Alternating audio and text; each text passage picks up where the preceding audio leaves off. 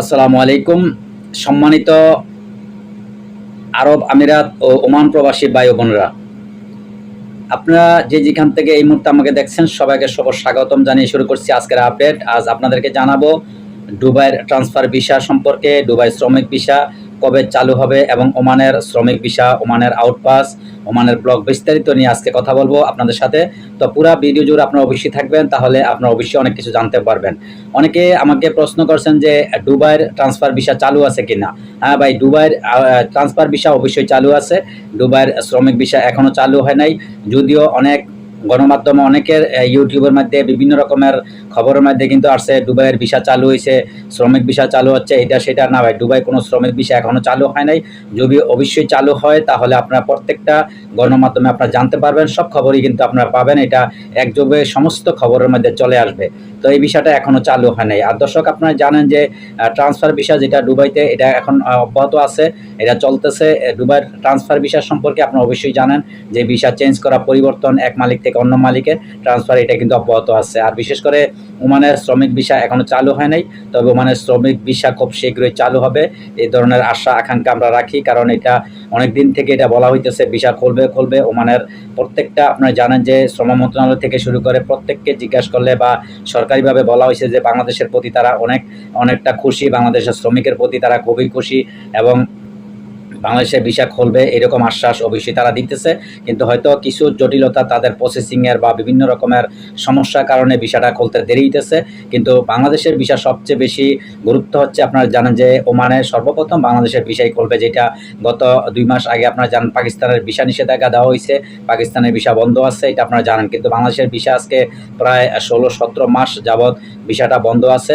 তো সেই ভিসাটা অবশ্যই খুলবে, কিন্তু এটা একটু সময়ের ব্যাপার-স্যাপার, বিভিন্ন প্রসেসিংয়ের কারণে হয়তো ভিসাটা লেট হইতেছে। কিন্তু ওমানের ভিসা অবশ্যই, শ্রমিক ভিসা অবশ্যই করবে। আপনারা জানেন যে অস্থায়ী যে ওয়ার্ক পারমিট যেটা, সেই ভিসাটা কিন্তু চালু হচ্ছে। সেই ভিসাটা হচ্ছে, আপনারা জানেন যে দোফার সালালা ওইখানে মেলা হয় প্রতি জুন মাসের, জুনের অর্ধেক থেকে জুন, জুলাই, আগস্ট, সেপ্টেম্বর পর্যন্ত প্রায় 3 থেকে 4 মাস ওই মেলাটা ওইখানে উপস্থিত বা অনুষ্ঠিত হয়। ওই মেলার মধ্যে সারা ওমান থেকে বিভিন্ন পর্যটক ওইখানে যায়, তথা বাংলাদেশ ওমানের বাহির থেকেও বিভিন্ন দেশ থেকে কিন্তু তারা ফরেনার ওইখানে ওই মেলার মধ্যে যোগ দেয়। ওইখানে প্রায় লক্ষ লক্ষ মানুষের সমাগম হয় ওই মেলার মধ্যে। ওমানের সবচেয়ে বড়, এটা আরব মিডল ইস্টের মধ্যে সবচেয়ে বড় মেলা। ওই মেলার মধ্যে আপনারা জানেন যে হাজার হাজার শ্রমিক ওইখানে বিভিন্ন কাজে নিয়োজিত থাকে। তো সেই লোকগুলা যে 3 মাসের জন্য অস্থায়ীভাবে যে লোকগুলা কাজ করে, এটা কিন্তু তারা অন্যান্য বিশাল লোক ওইখানে যে কাজ করে, যার জন্য তারা এটা সরকারিভাবে কিন্তু অবৈধ। সেইভাবে ওইখানে 3 থেকে 4 মাসের জন্য বৈধভাবে কাজ করার জন্য একটা অস্থায়ী ওয়ার্ক পারমিটের ব্যবস্থা করছে ওমান সরকার, এবং সরকার মন্ত্রণালয় থেকে, শ্রম মন্ত্রণালয় থেকে এই ঘোষণাটা দিয়েছে। সেটা 3 থেকে 4 মাস আপনি বৈধভাবে ওইখানে কাজ করতে পারবেন, যাতে আপনার পুলিশি কোনো হয়রানি বা কোনো রকমের আপনার লেবার কোড বা বিভিন্ন রকমের ধরপাকড়ের যাতে আপনি ভয়টা না থাকে, সেই জন্য এই সিদ্ধান্তটা ওমান সরকার নিয়েছে।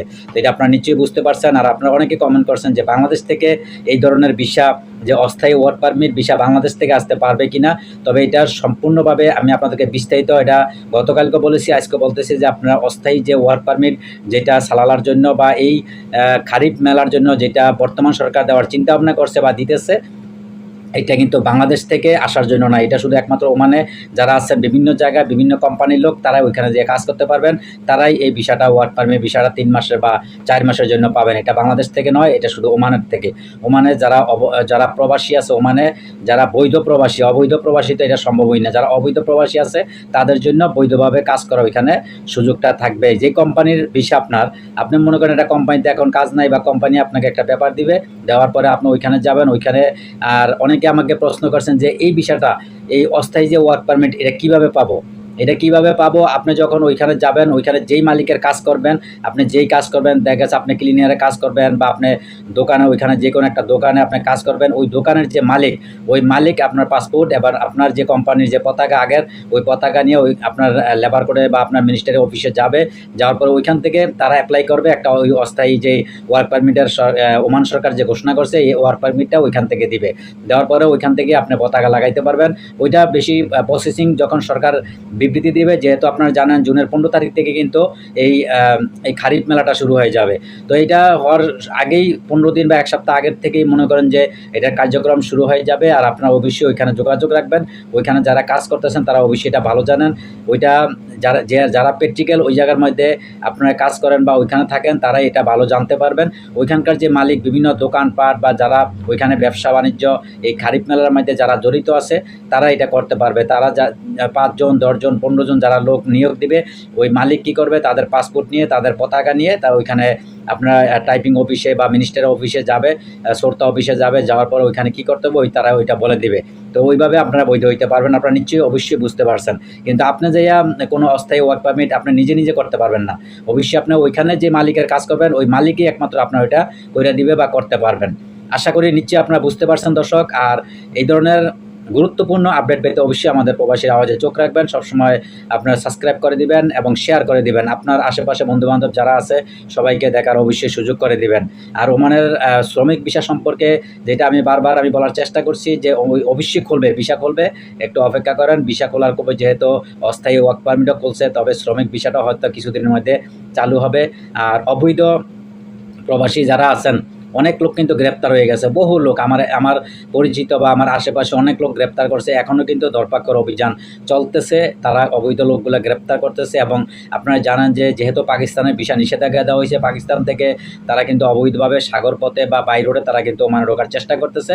কিন্তু ঢোকার পরও তাদেরকে গ্রেপ্তার করতেছে, কঠিন নজরদারিতে কিন্তু ওমান রাখছে। এটা আপনারা নিশ্চয়ই জানেন বা বুঝেন। তো যারা অবৈধ আছেন, যারা এখনও অবৈধ আছেন তাদেরকে বলতেছি আপনারা আউটপাস বা যেভাবেই হোক আপনার দেশে চলে যেতে পারেন, দেশে যান। আর যেটা অবৈধ লোক বৈধ করার কথা বলা হয়েছে, এটা এখনও কার্যকারী হয় নাই। এটা কবে নাগাদ কার্যকারী হয় এটা অবশ্যই যদি শুরু হয়ে যায় বা এটা কোনো আবার নতুন করে কোনো বিবৃতি আসে তাহলে অবশ্যই আপনাদের জানার চেষ্টা করব। সেই পর্যন্ত সাথেই থাকবেন। আল্লাহ হাফেজ।